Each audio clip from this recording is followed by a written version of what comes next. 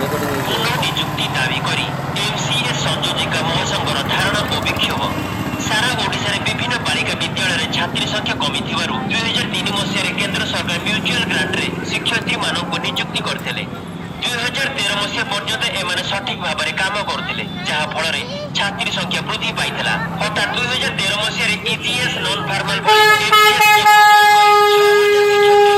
ଛଟେଇ କରିଦିଆଯାଇଛି।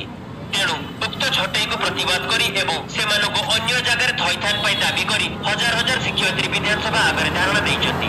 ଉକ୍ତ ଧାରଣା ସଭାରେ ମହାସଂଘର ସଭାପତି ରାଧାରମଣ ଷଡ଼ଙ୍ଗୀ, ସମ୍ପାଦିକ ସରସ୍ୱତୀ ବାରିକ, ବାସନ୍ତୀ ପ୍ରଧାନ, ପ୍ରଭାତ ପାଣିଗ୍ରାହୀ, ବିଷ୍ଣୁପ୍ରିୟା ରରୁଆ, ଜାନକୀ ଛତ୍ରିଆ, ସଙ୍ଗୀତା ସର୍ଦ୍ଦାର, ସୂର୍ଯ୍ୟମଣି ଗିରି, ସୁଷୁମଣି ମହତ, ସୁଜାତା ମହତ, ରଶ୍ମିରଣୀ ମହତ, ନିରୁପମ ପ୍ରଧାନ, କାମିନୀ ସିଂ, ସଞ୍ଜୁଲତା ବଳିଆର ସିଂ ପ୍ରମୁଖ ବକ୍ତବ୍ୟ ରଖିବା ସହ ନେତୃତ୍ୱ ଦେଇଥିଲେ। ଶେଷରେ ବିଭାଗୀୟ ମନ୍ତ୍ରୀଙ୍କୁ ଦାବି ପତ୍ର ଦେଇ ଆଲୋଚନା କରାଯାଇଥିଲା। ଧାରଣା ପୂର୍ବରୁ ସହସ୍ରାଧିକ ଏମ୍ସିଏ ସଂଯୋଜିକାମାନେ ଏକ ଶୋଭାଯାତ୍ରାରେ ମାଷ୍ଟର କ୍ୟାଣ୍ଟିନ୍ ଠାରୁ ବିଧାନସଭା ପର୍ଯ୍ୟନ୍ତ ଯାଇଥିଲେ। ଡାବୁଗାଁରୁ ପ୍ରିୟଦର୍ଶିନୀ ପାତ୍ରଙ୍କ ରିପୋର୍ଟ, ସ୍ୱସ୍ତିକ ନ୍ୟୁଜ।